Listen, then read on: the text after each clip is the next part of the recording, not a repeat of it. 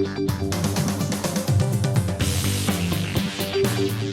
what do you do when 460 horse just isn't enough? You come up with the new Corvette Z06 on the C7 platform. This guy will do a minimum of 625 horsepower. It's probably going to be more than that when it hits the market, and some 635 foot-pounds of torque.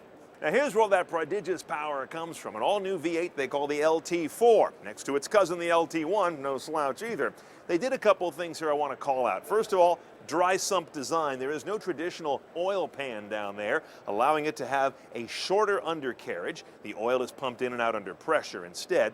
And they've also got a very compact blower here, sitting almost entirely in the valley between the heads. Between those two dimensionally reducing feet, they've ended up with a very compact engine that they can allow to sit lower in the bay of the car, and that does good things for driving dynamics. But note that brawny motor's actually got some lean and green built into it. It's got cylinder deactivation to run in 3 different modes: 4-cylinder, 8-cylinder without the blower engaged, and 8-cylinder with the blower engaged. I'll be curious to see what kind of MPG numbers they can score out of something so overpowering.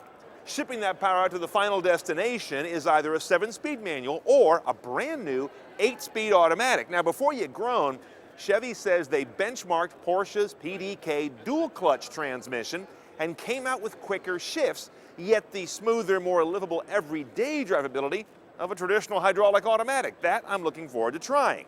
They also use the usual lightning tricks on a car like this, of course. You've got some carbon fiber on the roof, as well as in the torque tube that transfers the drive shaft back to the rear of the car. And while this may look very familiar as a Stingray, it's actually got very little in common with exact body panels. Almost every one of them is slightly different in shape, as well as some of the fascia trim all around the car.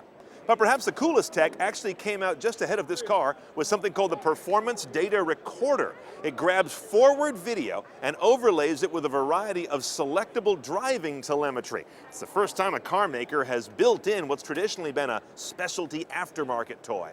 This vehicle's due out in September of 2014. We'll get the final horsepower number, which might even be more eye-popping, as well as the price right around then.